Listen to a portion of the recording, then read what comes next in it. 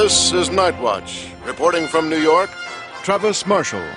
Tonight, more on the news that has rocked Manhattan, if not the world. And we have some news today, and joining us to discuss the news is, as usual, Mr. Greg Weisman. First, we're going to start off with some somber news. David Warner passed away at 80 due to a cancer-related illness, and he was famously on his show The Voice of the Archmage, a hell of an actor. Definitely a loss. He was amazing. As we talked about when we previously, the whole reason that the Archmage came back and became a major sort of villain for us was, he was just this minor character in Long Way to Morning in the flashback sequences, and David was so incredible in the role that we were like, we got to do more with this guy. And Jamie was like, yeah, but you killed him off at the end. I'm like, I'll figure something out. We got to do more with this guy. And of course his work on our show, as much as I love it, is just not even a fraction of his overall career. I mean, his work in films and television and just, incredible year after year after year. I mean, the thing where I first really remember him from is him playing Jack the Ripper in Time After Time, and Ra's al Ghul in Batman the Animated Series, and I just even Wallender's father in the recent Wallander TV series with Kenneth Branagh. I mean, just everything about David Warner's talent is spectacular. I think the first time I saw him was in Time Bandits, where he played Evil. He was amazing as Evil. I mean, there's Tron. There's so many things. Tron, Tron, I think, is where I the first time I remember seeing him was Tron. Always great. Often evil, but also fun when he wasn't playing evil. And, of course, he was considered one of at the time, in the 60s, I think, was considered like the Hamlet, on stage for a period of time until the next guy came along and became the Hamlet. Maybe Roger Rees, who was also on our show. He was an amazing actor, and he'll be missed. He will definitely be missed. And we have some good news to discuss. We'll discuss the good news before we get to the really great news, because I know you're all chomping at the bit, but we've seen some new merchandise at San Diego Comic-Con. NECA showed off the Steel Clan, Xanatos in its business suit, Xanatos in its Steel Clan armor, and we got our first look at Angela, too. And baby Angela! That stole the show. She's even got a little egg. No, the figures were amazing. It was so good to see them. We were chomping at the bit for the first good pictures, and it was fantastic seeing them. Have we seen Elisa in her normal outfit? They've teased a silhouette of Elisa a few months ago on International Women's Day, but they haven't shown her off yet. But they did say they're going to show off some more at PowerCon, which is in about a week or so, and then again at New York Comic Con. So I have a feeling we're going to see her sooner rather than later. Cool. And finally, the great news. Dynamite Comics is releasing a new Gargoyles comic, and who's it written by? I think that's me. I knew it was some weirdo. Yeah, some weirdo.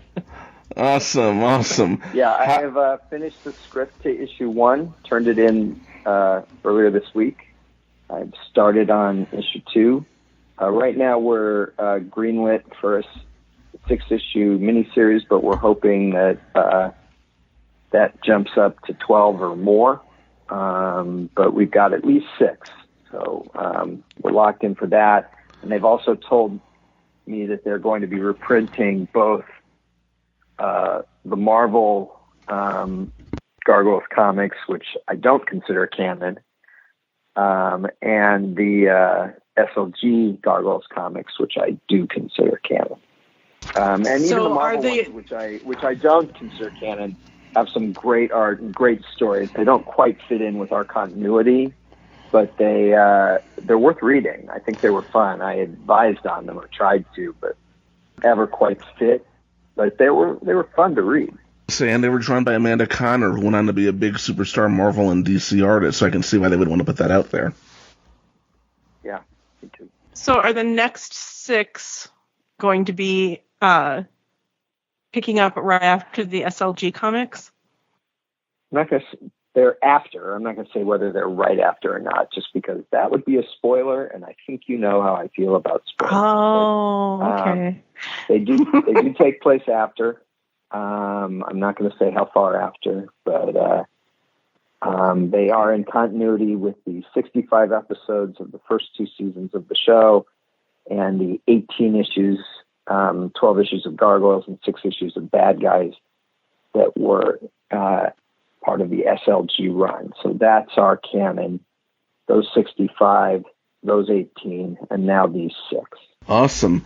So if you think of the SLG show as the SLG comics as sort of season 3, then think of this as season 4. Fantastic. Nice. Are spin-offs like Bad Guys, Pendragon, and Time Dancer on the table? Well, they're not on the table. It's just that, right now we're seeing what happens with these 6 issues. I mean, the key thing is to get Gargoyles going. Then if that's successful, then I'm sure, in success, they'd be willing to talk about a lot of things. But first we have to sort of demonstrate that the fans are there, that they want this stuff. It's about, first off, seeing whether or not Gargoyles as a comic book can be successful again. And if so, then I think, all things are possible. But right now we have to see how the orders go for these initial 6. Fantastic. When can we expect to see these hit the shelves? So I don't really know the answer to that. I was even surprised that Dynamite announced it at Comic-Con. No one warned me that announcement was coming. Not that I'm upset about it, just like, so you're telling people now. I hadn't been telling people.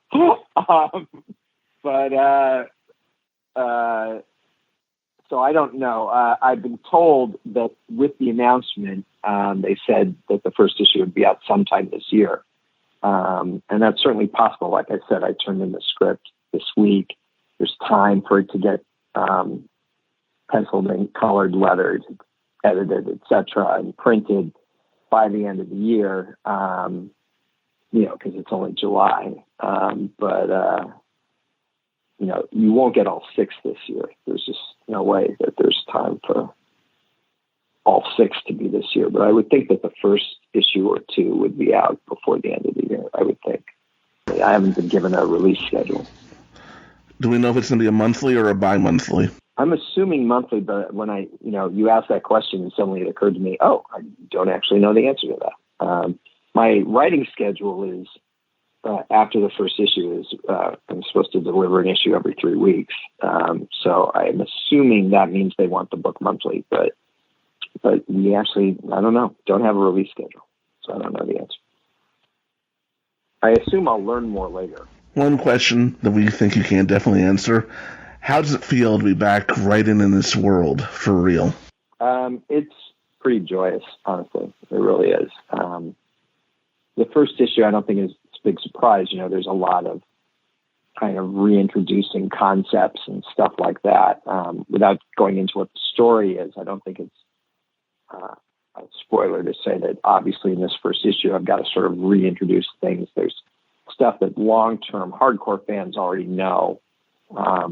People who listen to this podcast, people who viewed the 65 episodes of the show, people who read those 18 issues of the SLG run. There'll be stuff that, is being reintroduced that they'll know about, but hopefully in a way that's pretty organic as we take the story forward. But starting with issue 2, which I've just begun writing, now I'm really ready to hit the ground running and have some fun with it. And I think that that'll be terrific. And I had a lot of fun writing the first issue. It's just, there's also this responsibility to sort of make sure that someone who picks up this comic book isn't completely lost unless they've got an encyclopedic knowledge of the show already. So I think with each successive issue, the freedom involved will sort of ramp up, and that'll be a lot of fun. But I'm already just thrilled to be doing it. I mean, just the moment I get to put Elise and Goliath looking into each other's eyes in issue 1, I'm already over the moon. Fantastic. I'm grinning so big right now. I am so excited for this. Yeah, me too. Me 3. And we look forward to talking to you more about the comic as it goes on and eventually covering it on this show a long way from now at the rate we're going, but eventually we will get there, and we're looking forward to bringing more news in the future. So, everyone, stay tuned. I'm afraid we're out of time. This has been Night Watch. Sleep well. The story is told, though who can say if it be true, of a clan of medieval warriors awoken in modern-day Manhattan, of the animated series that told their story. It is an age of darkness. Superstition and the sword rule. It is an age of fear. It is the age of gargoyles. Welcome to Voices from the Eyrie, a Gargoyles podcast. Hello and welcome to Voices from the Eyrie, a Gargoyles podcast. I'm Zach Joyner, the owner of the website that powers the program, Spidey-Dude.com, and I am the executive producer of the network that powers the program, the Spidey Dude Radio Network. Before we get started, though, I wanted to thank our patrons at patreon.com/SpideyDude Network, Greg, Jurgen, Vinkman, Scott, Kaylee, and Phoenician. Thank you for your support. And if you want to get this show earlier, check it out there, as well as other fine perks that you'll get whenever you become a Patreon subscriber. There will be some exclusive content that's only for Patreon subscribers coming to you very soon. But before I turn it over to our hosts, I want to encourage you to check out our other fine programs, such as Spidey Dude Experience, ASM Classics, Make Mine Mayday, Bogan Rider Variety Hour, the Sal Buscema Era Podcast, Clone Saga Chronicles, and a Spectacular Radio, a Spectacular Spider-Man related show that starred a few familiar names to the program. Please follow the network on Twitter at Spidey Dude Radio and this show at From Eyrie, and feel free to send them feedback at gargoylesvoices@gmail.com. Leave us a 5-star review on your favorite podcast catcher, such as Apple Podcasts, Spotify Podcasts, iHeartRadio Podcasts, Amazon Audible, as well as Google Podcasts. It helps us raise our visibility, and like, share, and subscribe for more at Spidey Dude Network, youtube.com/Spidey Dude Network. Also, follow us on Facebook and Twitter, as I mentioned the Twitter threads, but also follow us on Facebook, facebook.com/Spidey Dude Network, as well as Instagram, if you like Instagram, instagram.com/Spidey Dude Network. With that out of the way, it's absolutely my pleasure to introduce the hosts of our show, Jennifer L. Anderson and Greg Bashansky. Welcome to another episode of Voices from the Eyrie. I'm your co-host, Greg Bashansky, and joining me as usual is my co-host and partner in crime, Jennifer L. Anderson. Hello, everybody. And rejoining us again, as usual, is the co-creator and co-producer of the first 2 seasons of Gargoyles and the writer of the SLG comic book, Mr. Greg Weisman. Hi. Greg, first and foremost, I'd like to congratulate you on a very successful 4th season of Young Justice. I thought it was terrific. Absolutely. I thought it was terrific too, but I might be biased. Just a little bit. A lot of fun moments this season, and I don't think we ever brought it up here, but certain talismans showing up in Jason Blood's sanctum. Well, Jason's been collecting artifacts for a long time. No one said he had to collect them from Warner Brothers.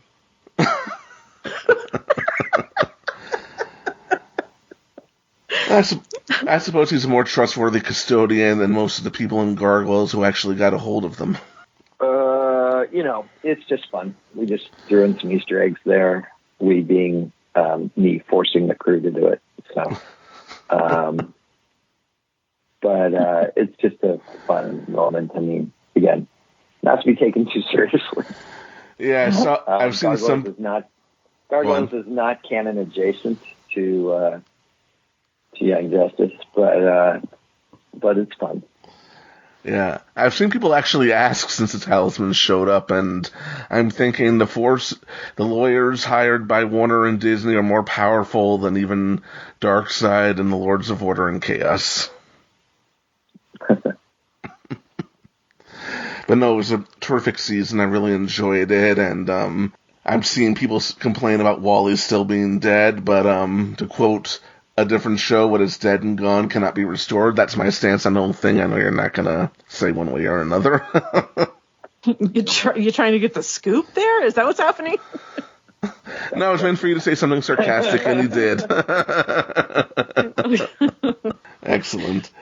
But we do have an episode to discuss, and Metamorphosis, and I believe this was a concept that goes all the way back to the original pitch.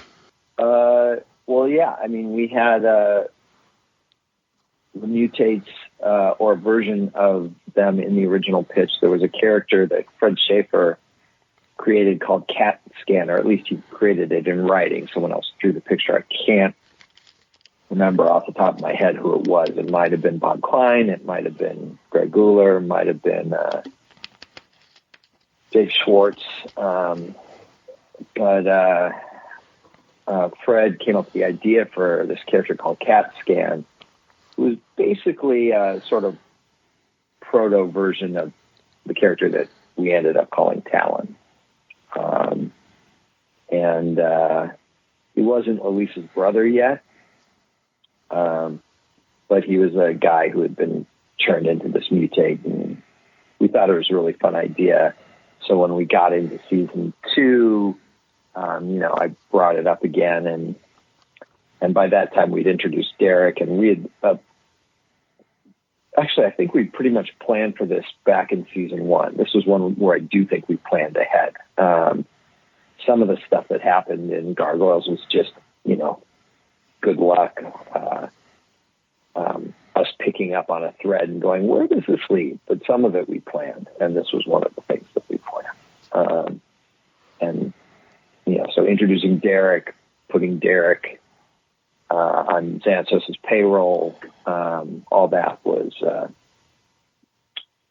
designed to set us up for this episode. And it's a very pivotal episode, a very emotional episode. We'll keep diving into that, and we haven't talked about as many of the guest actors as I would have liked, but you know what? Their characters' roles are growing, so we have more time to do that. I thought Rocky Carroll was fantastic. I thought Rocky Carroll was so great. I developed an entire animated series for him to star in after Gargoyles, not as Talon in an original series, and I've been trying to sell it on and off, just for the last 25 years. And unfortunately, I've never succeeded in selling it, but which is on me. But I had planned. I just thought Rocky was fantastic and just wanted to work with him over and over and over again. The way he just changes his voice as he mutates from Derek into Talon, and yet you can still tell it's the same person. Yeah. I mean, he just knocked it out of the park. I mean, he was, we cast him in a couple early episodes, and he was great. But, we hadn't given him that much to work with until this point. And this really, this and Her Brother's Keeper really showed us what he could do. With both the realistic emotional stuff and the sort of high sci-fi, high concept sci-fi stuff that we'd be throwing at him throughout the rest of the season. And And, you know, whatever he threw at him, he just nailed it. It was great. Now, our animators, on the other hand, I watched it last night for the first time in a while, and I just kept cringing. But the most cringeworthy thing is that they could clearly not keep the models straight. And so, you know, what we had was Derek's original model and a final Talon model, right? And then in between that, I think we had a model that was mostly Derek, but had just starting to have those pointier ears and the pointier teeth, you know, kind of thing. And then we had a Talon model that was mostly Talon, but still looked a little more human. So we had these, my memory is that we had these 4 models for his progression from Derek to Talon. But there are so many, but the ears, those models are all in the same location. Mishmashed. That's what caused the problem. So yeah, they kept using model 2, which is the mostly human, but the ears are getting pointy and etc. They kept using that in that sequence before he's gotten the injection, right?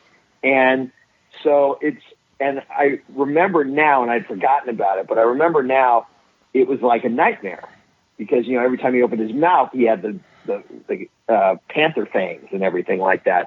So what we did is, you know, we called retakes, but you can't retake an entire sequence in the amount of time that we had for post-production in those days. So, you know, any scene where his mouth was closed or his face was slightly turned away or it didn't open fully so you couldn't see the fang, we were just like, okay, we'll just have to live with this and hope they don't notice that the ears are pointy. But they're so pointy. They're so pointy.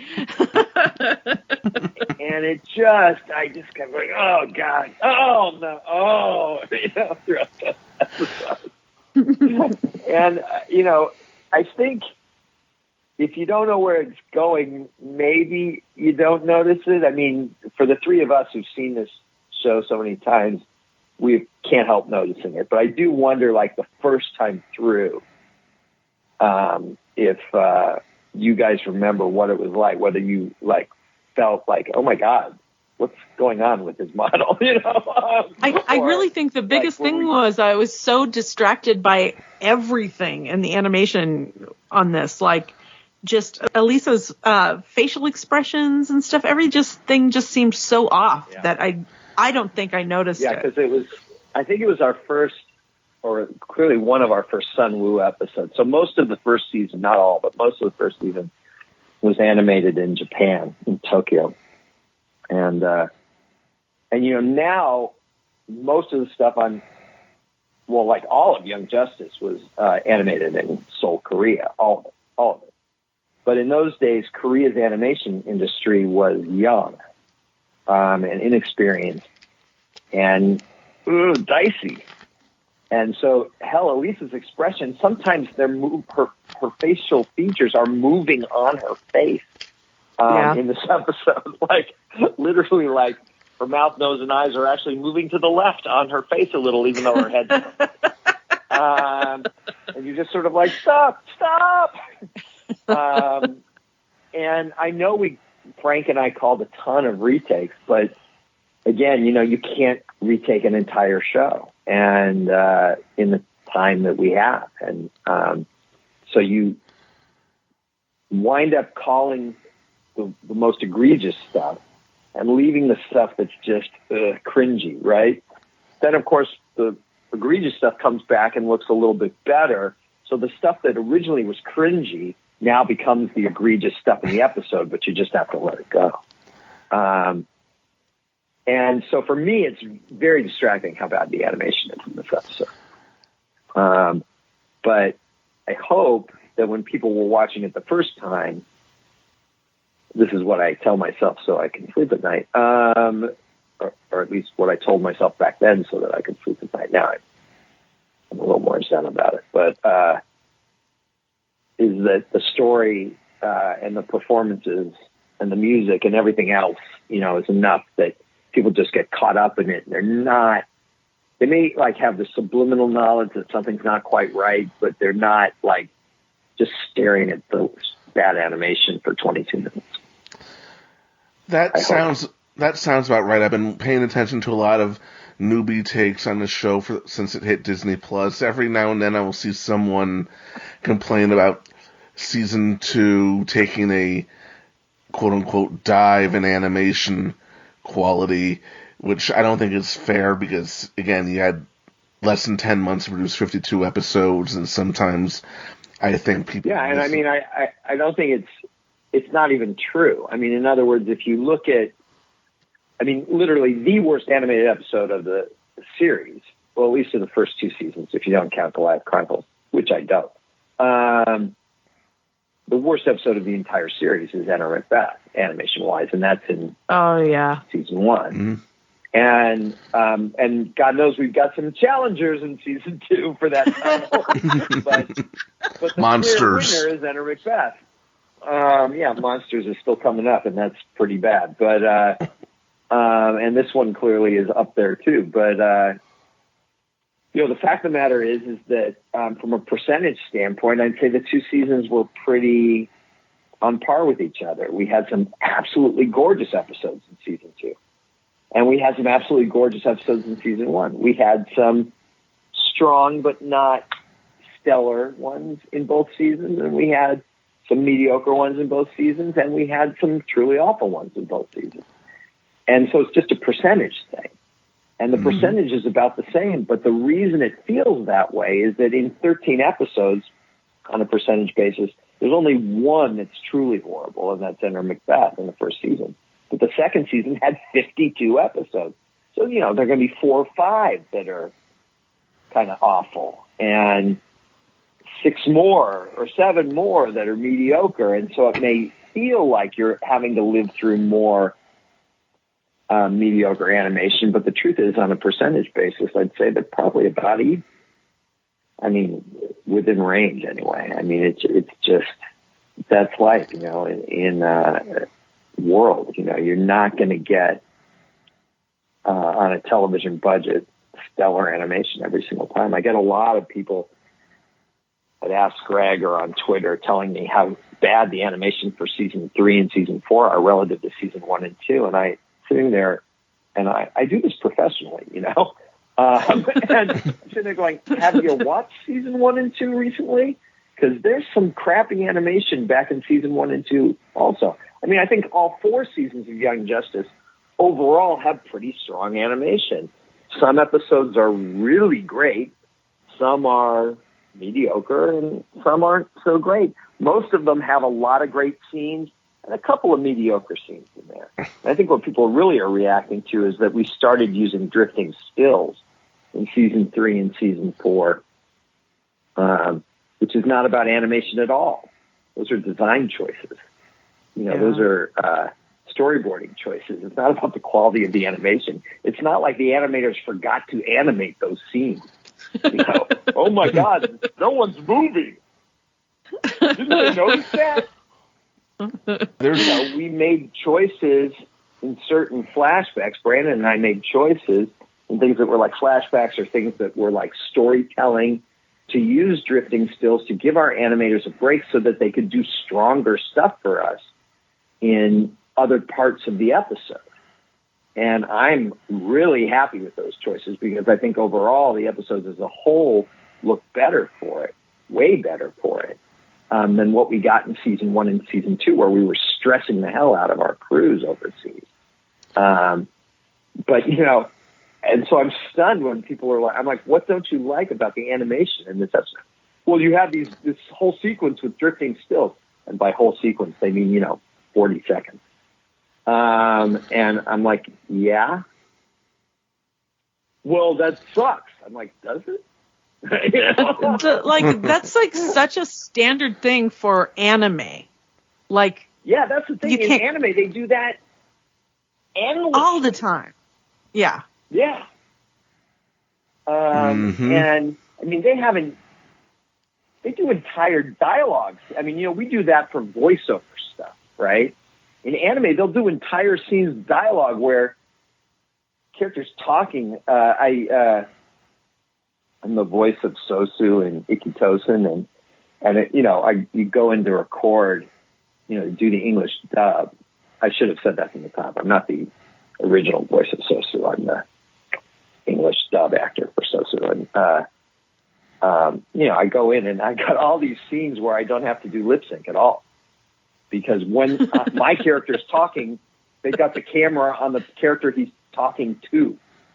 And then they cut to me when the other character is talking. So then I'm standing there, meaning my character is standing there just looking off screen, not moving at all. Or maybe my hair is blowing a little bit, because just on repeat, just like, yeah. Yeah. And it's like, okay. And yet, because it's anime, I don't think a lot of people complain about that because that's the style and they're just not used to that. And that's just a tool of Eastern animation that we're using in the West sometimes, and I'm fine with it. In context to my rant here, we were talking before the podcast started about how most of the feedback I've gotten on season 4 of Young Justice has been positive, if not highly positive. And I obsess about the 2 or 3 people who are mean to me on social media. So if I'm ranting, that's why. I just, it drives me crazy. It's sort of like, this is what we're doing. And if you don't like it, you can stop watching. It's okay. But I truly believe that we've got a gigantic hate watch audience. I mean, an even bigger audience who actually likes the show. But I've never seen so many people consistently watch a show in order to tweet me about how awful it is. I'm like, wow, you are dedicated. Me, if I don't like a show that much, I just stop watching. Me too. Anyway, that's my rant. Until the next one. Yeah, I was about to say that there are people out there who don't know the difference between character designs and animation style. I remember when Spectacular Spider-Man was on explaining that to quite a few different people. I mean, I'm not going to... that happens all the time, where it's like, the animation sucks, and it's like, what don't you like about the animation? Well, and they're... It's not the style they want. Yeah, so, it's about, to some extent, if you're going to criticize something, educate yourself on what you're talking about. You can still bitch, but bitch about the right thing. I have a lot of nostalgia for those old Sunbow cartoons from the 80s. The animation wasn't good. It was terrible. Switching gears back to the episode and things that are awesome, Tim Curry as Dr. Severius. And I was looking at your memo for Metamorphosis, and it looked like in the memo before Tim Curry was cast, you suggested Brent Spiner. Yeah, I saw that in the memo because you sent me a link to it, and I had totally forgotten about that. And I don't know if we'd have to. I doubt he'd remember, but maybe he might. You have to ask Jamie because that memo was written about the outline of for the script. So way before the script was finished, way before we were casting. By the time we got to casting, I don't even know if I even remembered to bring up Brent Spiner. And obviously, as things wound up, Brent wound up playing Puck for us. And Tim played Severius. And, Brent would have been an interesting choice, but given who Severius was, you can't beat Tim Curry. Tim was so much fun in the role. And just that theatricality that Severius, the character, brings to his performance. Because, he spends the first 2/3 of the episode performing as old Dr. Severius with like a German-esque accent and a limp and the gray hair and everything like that. And then, only in the very end does he surprise. Yeah. A, I'm not dead. B, I'm much thinner than you thought. And I'm much younger, and I don't limp, and I don't speak with a German accent. I got this snazzy haircut. What, right, what exactly is his regular accent? Jen and I have debated that one for a while. I think his regular accent is Tim's, which is, Tim is English, but lived in the United States for so long that it's, in essence, it's pulled into what they call mid-Atlantic, which is a term they use for this sort of somewhere between Katharine Hepburn and a Brit, that sort of New England thing that's just sort of, but a little further to the east, and they call it literally in acting terms, they call it mid-Atlantic, as if somehow you were born halfway between England and New England, on the sea, and that accent is that interesting mix, and it doesn't exist in real life. I mean, no one has it, but it's so close to something that the audience doesn't recognize it as artificial. It just sounds upper class, without literally sounding British or literally sounding, like an American. It's something undefined. And most voice actors, for sure, most actors, I would guess, but most voice actors who do more than just their own voice know what that means when you say, give me mid-Atlantic. And they do it. I think Tim has, over time,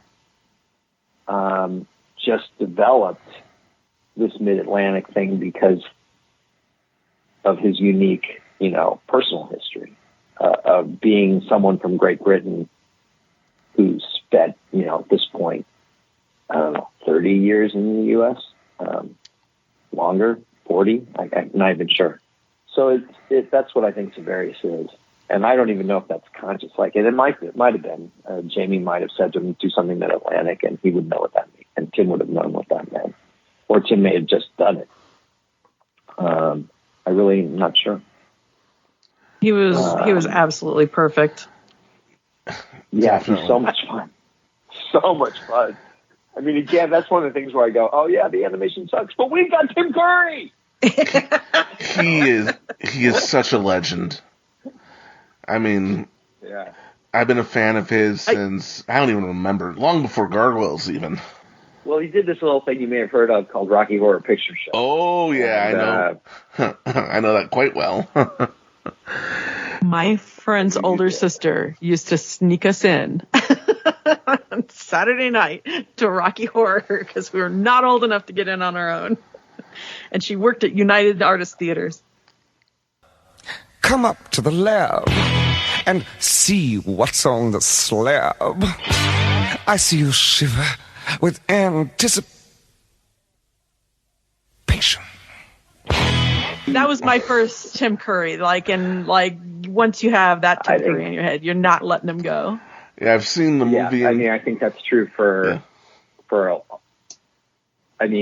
all of us who are older than, I don't know what. 20, so old.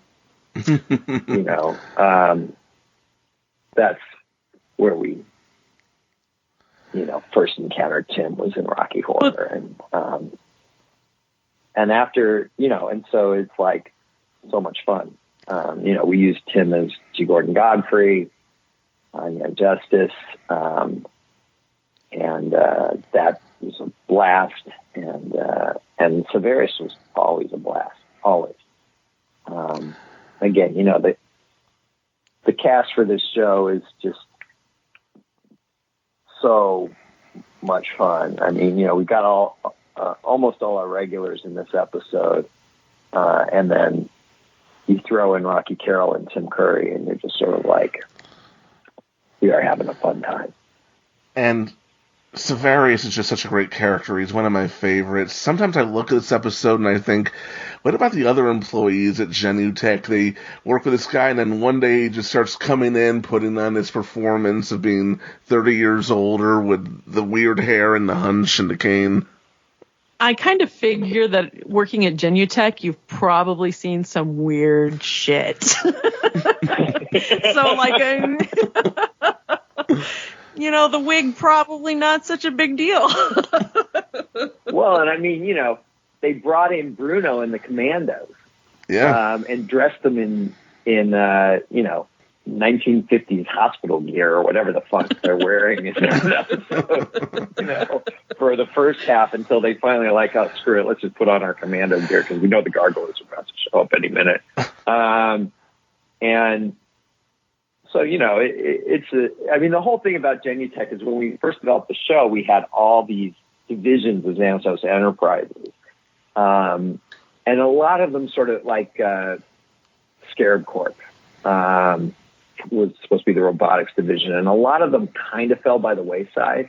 But this was one that's like, okay, we need a division that we're going to find out. We're going to reveal that it's owned by Xanatos Enterprises. But we needed to have its own name so that at the beginning we think it's like a separate thing, right? So Xanatos, and when we developed this thing at first, the name of it was Genutech Systems, and we wound up just largely just referring it to Genutech.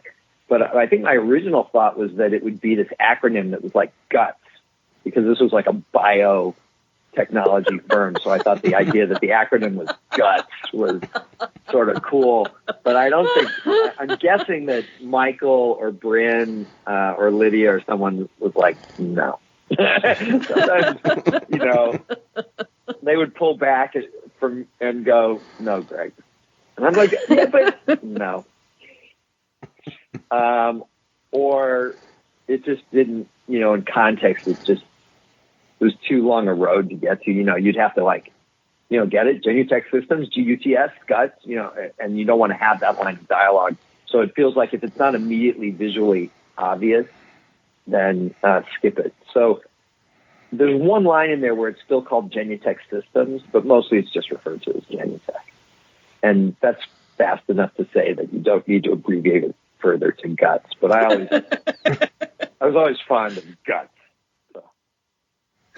I love that Severius has the full PowerPoint presentation of the gargoyles and stuff. Totally for Xanatos, absolutely not for Derek standing there. It's actually, it depends on your, in hindsight, you realize it was all for Derek's benefit. Xanatos already knew all this. But yeah, there's the PowerPoint presentation. Although I don't think we knew the term PowerPoint presentation. No, that was pre-PowerPoint. I think we just called it a slideshow back then. That's so old. That makes me feel really old. Don't get me started. No matter how old you feel, Jennifer, I'm always going to be You're always going to be older. I'll hold on to that forever. What I like about that presentation and Severius's theories, you guys put more thought into the biology of this species than many quote-unquote for adult science fiction and fantasy series do. It was something that interested us, and we thought we could get stories out of it, and we did ultimately. And the one, I think, caveat about, people always ask, was Severius right in his assessment about you got to eat 3 cows a day or something like that, and the solar energy. And the thing I've always said is that, Severius said solar energy because generally speaking, they're absorbing from the sun, but I don't think it is solar energy. I think it's thermal energy. And they're getting that thermal energy from the sun, 9 times out of 10. But we're going to come up on an episode not too far from now where Broadway is underground during the day. And people used to go, oh, he couldn't have absorbed solar energy, so he won't be able to fly. And I'm like, it's heat that he's absorbing. It's not, and whether it's heat from the sun, it doesn't literally have to be the sun that he's absorbing. I would think that the battery would last a little more than just one full day as well. Yeah, I think that's also true. Yeah, he's not Superman. It's not like he needs yellow sun radiation. Yeah. Broadway needs yellow sun radiation in order to function. He just needs to absorb thermal energy, and And even then, it's not like, I mean, we know that Broadway eats. It's not like all his energy comes from thermal energy. It subsidizes what he eats, so he doesn't have to eat 3 full cows a day. So he might want to. I was going to say, I'm pretty sure he's capable of it. Oh, poor guy, but Well, I mean, first of all, he's huge. yeah, Like, this is not a normal sized person. that's true. He could definitely put a dent in 3 cows, I think. And I'm not even half his size. This episode also introduces Kath Soucie as Maggie the Cat, another fantastic character, and a little bit different from the other female characters and other characters in general that we've met so far. Yeah, I mean, one of the things about Maggie is that she's not a fighter. And I think that's okay. We wouldn't hesitate to create a male character who wasn't a fighter. But I think we hesitated and talked about, Brandon, Lydia, and Michael and I talked about, can we do this? Maggie is frightened and she's timid, and it felt a little bit, on the one hand, like, some kind of cliche depiction. And the conclusion that we came to collectively was that, it's okay because she's in a pretty horrific situation. And if we're playing her real, some people would react to that and sort of, I guess, for lack of a better term, step up and become a warrior or something like that. But not everybody would. And we had enough strong females between Damona and Fox and, of course, Elisa and others that we thought, okay, it's okay that Maggie isn't one of them. And we knew to some extent where we were going with the character, and we felt she sort of helped round out the cast a bit. She gets stronger in time, but there's a great line that I just love in this episode, which is that, she's been turned into a mutate, and she's talking to the gargoyles, and she's like, I'm not like you. I'm from Ohio. And it's sort of like, I don't know why that line tickles me so much. I'm sure most of it's how Kath read it, because Kath is so great, but it's just sort of like, to her, New York, period, is like an alien planet. New York City, that is, So I'm from Ohio. I'm from someplace normal. And, my own mental backstory for her is that, she was this young woman who acted, in high school or college or both, and thought, I'm going to make it in the big city, and, came to New York with all her savings, which was probably, $2,000, which was gone almost, in New York within a month or two. Yeah, even in the 90s, that wouldn't last you very long, let alone now. And so she winds up homeless, but in denial, And denial, by the way, the thing that Elisa says to Derek, I think you're fooling yourself. That was a big time theme through the whole episode. Maggie is totally fooling herself that it's all going to be okay. Everything's going to be okay. If I can just get this, if I can just get that, it'll be okay. And Derek is fooling himself that Xanatos is fine and is not a villain, and that everything will be fine once I get that cure or that antidote, kind of thing. And even Brooklyn is fooling himself because he's so glad to see someone who's female with wings, basically. The one gargoyle, who's female, that he's like convinces himself almost instantaneously that she might be a potential mate for him, which I think is interesting because what that means is he's been thinking about that. We're 6 guys hanging around this clock tower, and we're all that's left of the gargoyle race except for Damona. And that ain't happening, So yeah. She's such a big Brooklyn fan. He's Well, and Brooklyn's such a big Damona fan.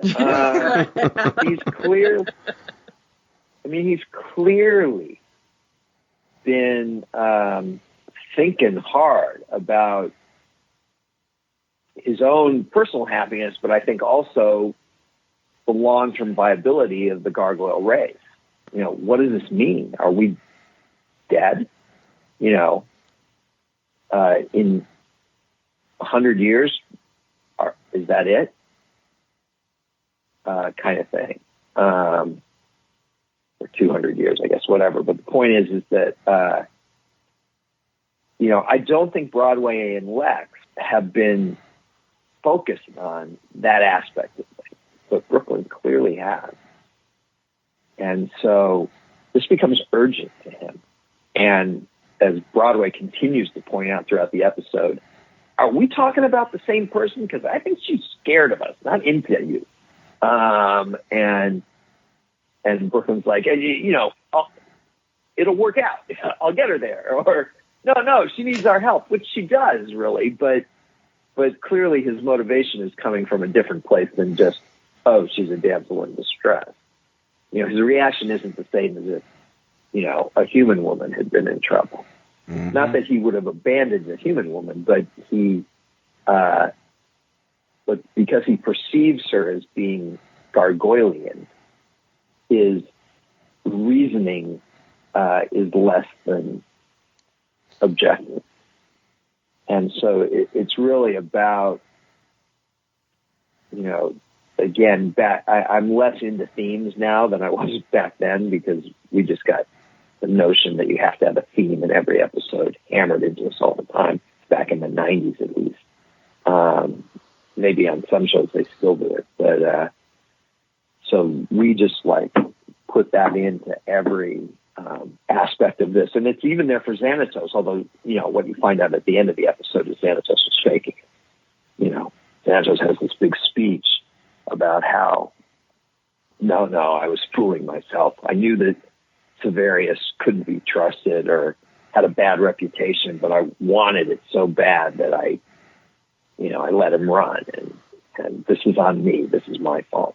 And it's this great moment. And I actually wanted to ask you guys, again, if you can remember, when you saw this episode the first time, did you believe Xanatos until the end? Did you feel like, oh yeah, he's a bad guy, but he's not that bad? Or did you see through it? Does anyone go first? I'm absolutely Elisa Maza. I didn't trust him for nothing. Anything that came out of his mouth was a lie as far as I was concerned, or a twisted truth. But I just did not trust him. I very clearly remember that.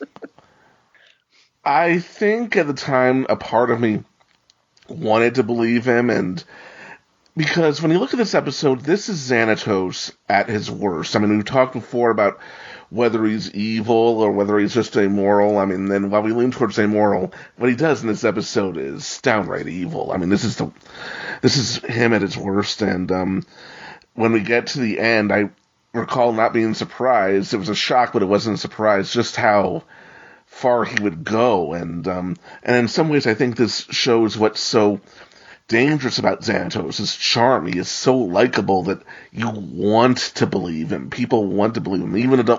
Even fans who have come up with the show wanted to believe him. I encountered someone recently who was in denial that he was behind this even after the end of the episode and wanted to blame it on Severius, because Xanatos is just so damn likable.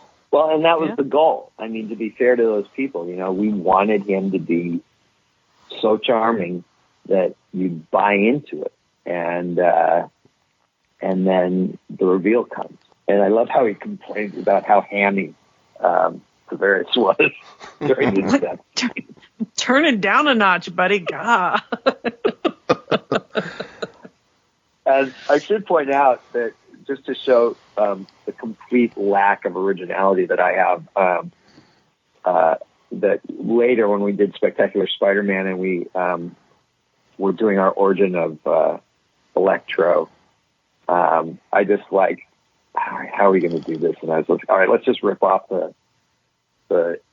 the Gargoyles bit was Tavarius getting electrocuted by electric eels. and we'll just use that for Electro. Well, and then they used it for then they use it for Jamie Foxx though down the line. Yeah, I know.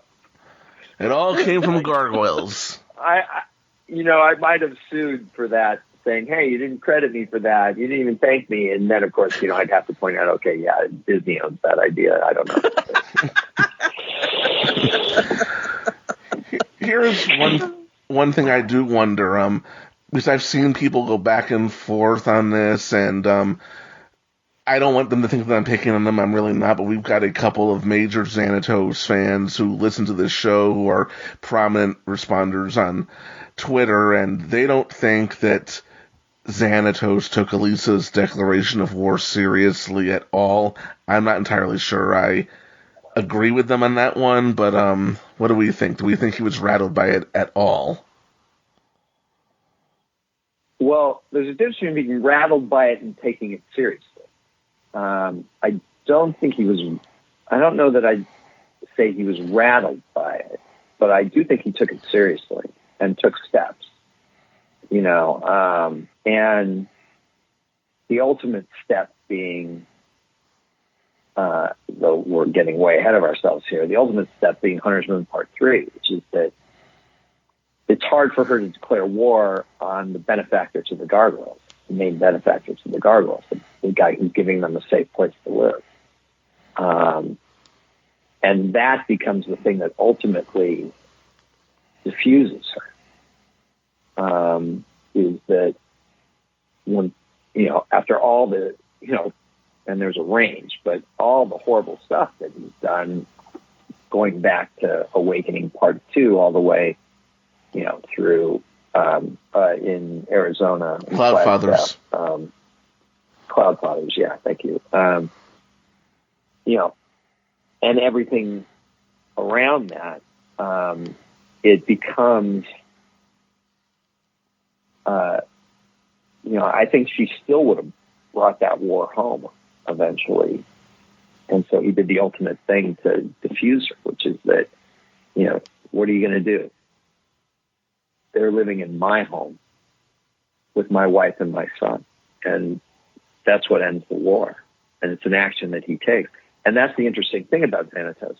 If someone declares war on him, a lot of villains would sort of say, okay, fine. And they'd attack back. Xanatos can kill with kindness. Or kill is the wrong word, but, it's not like Elisa post Hunter's Moon thinks Xanatos is a nice guy. I think she still hates him, but what's she going to do? The war's over. And he won. He didn't win every little battle. He didn't get everything that he ever wanted, but he got a lot. And when push came to shove, he's got the Gargoyles living in his castle, defending it.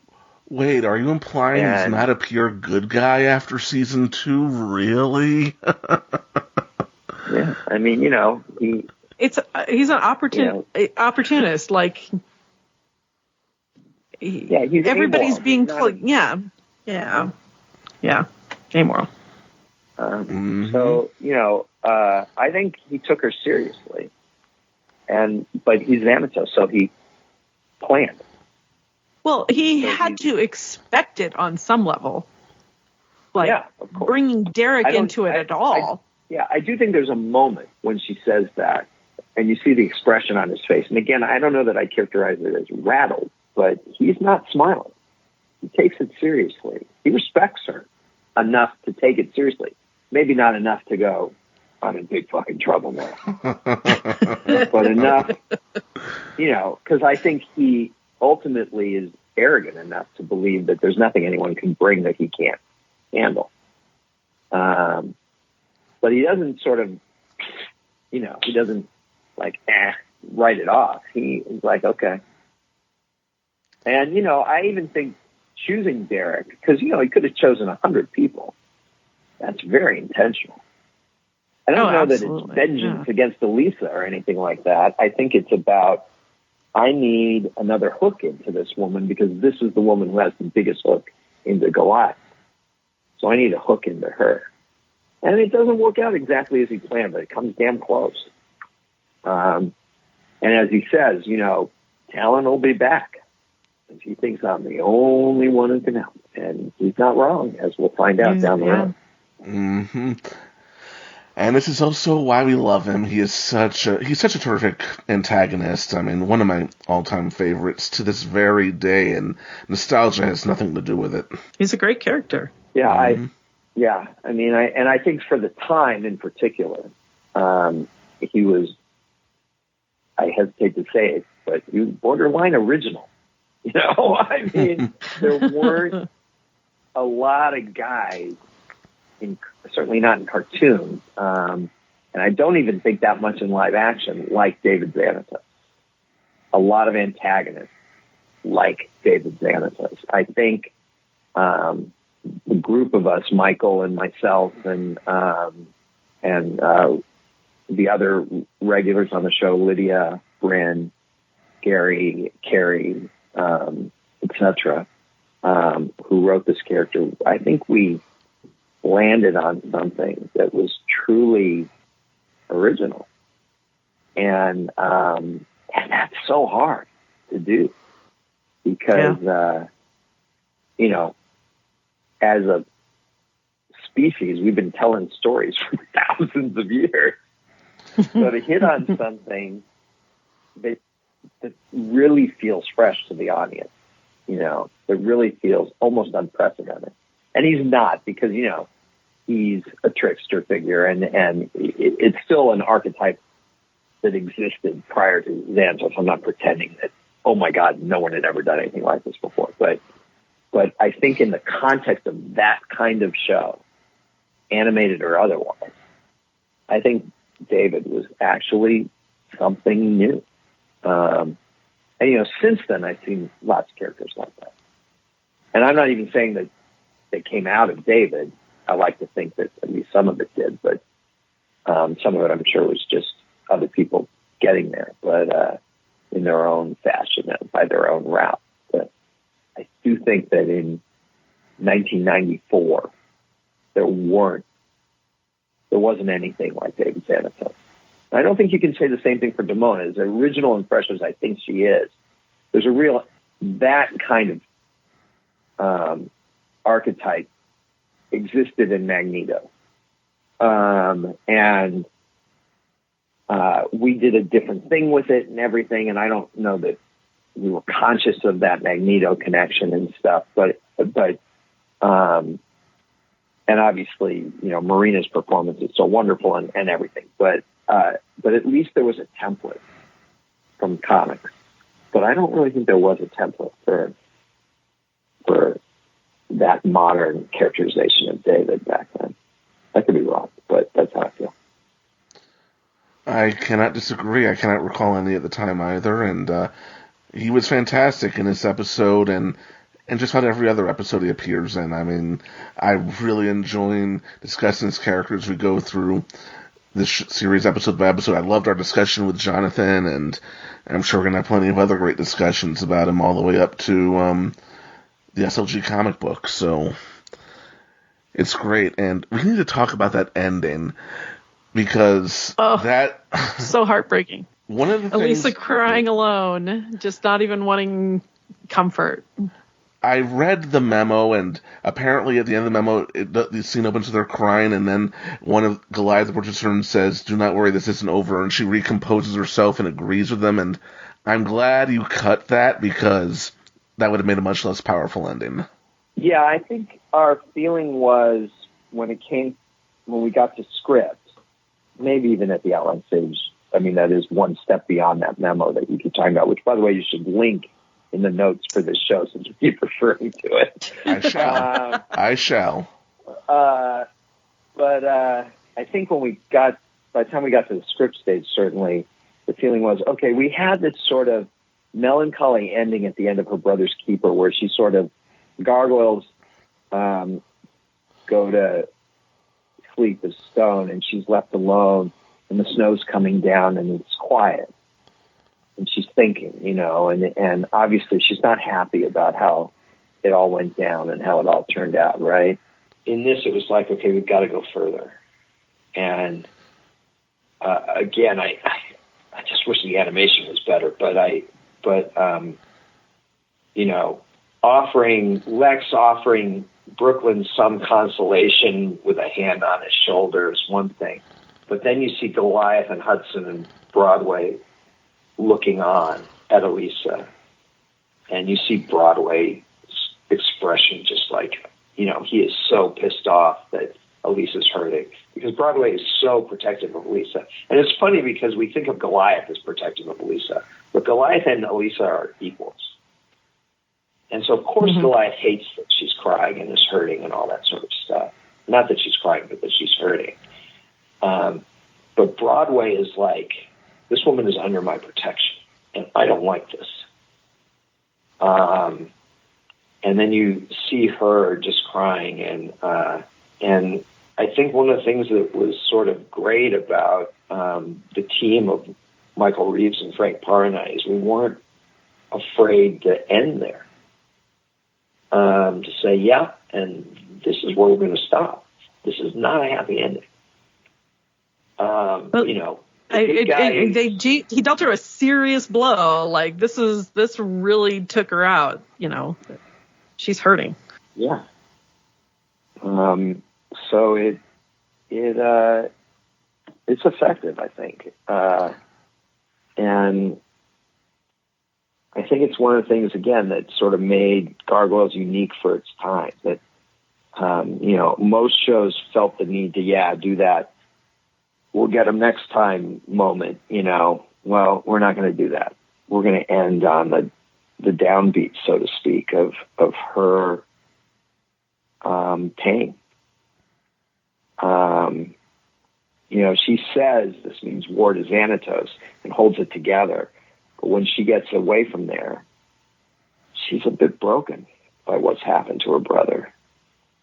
They're close, you know, and also she's the oldest, and he's her kid brother, and she knows Xanatos would not have gone after Derek. Derek made his own mistakes, but Elisa knows Xanatos would not have gone after Derek if Derek wasn't related to her.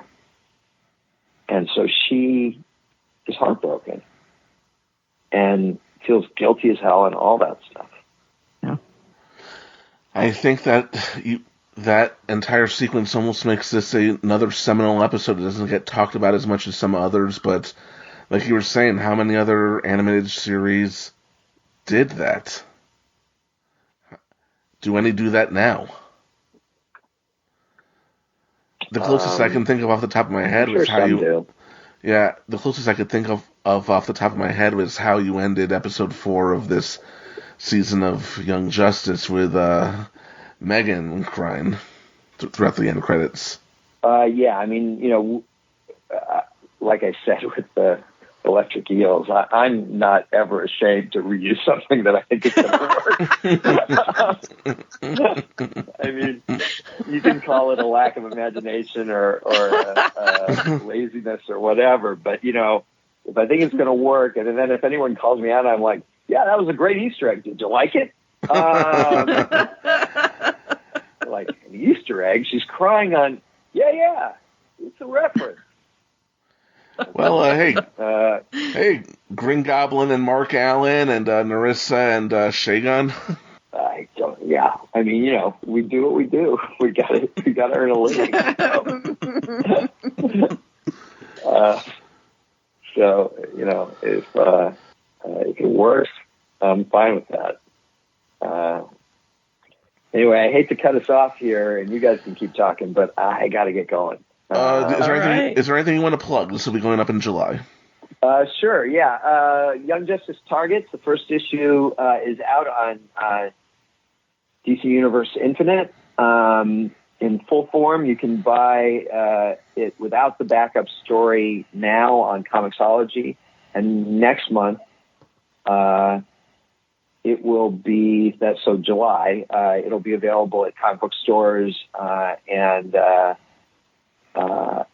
it's a 6-issue miniseries for Young Justice. It's coming out from, you know, the 6 months from June, July, in that 2-tier release pattern for the next 6 months after that.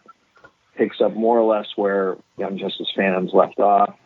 So if you're hungry for more Earth 16 content, that's what we're finding. Young Justice targets from DC Comics. Written by me and illustrated by Christopher Jones and Jason Wright.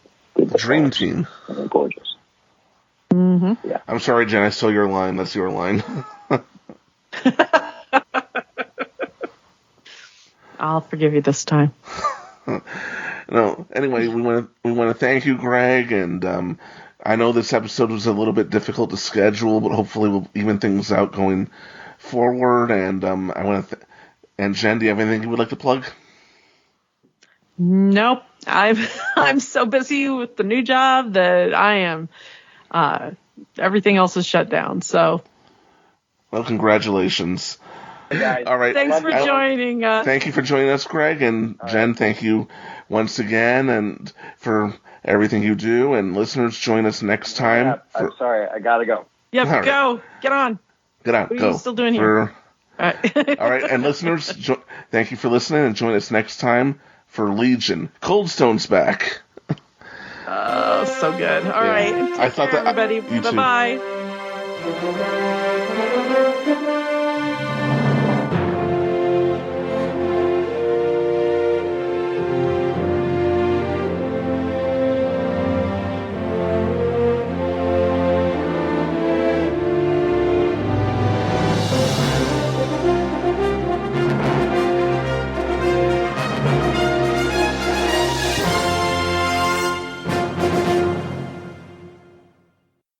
Frankly, Severius, I thought you overplayed the part.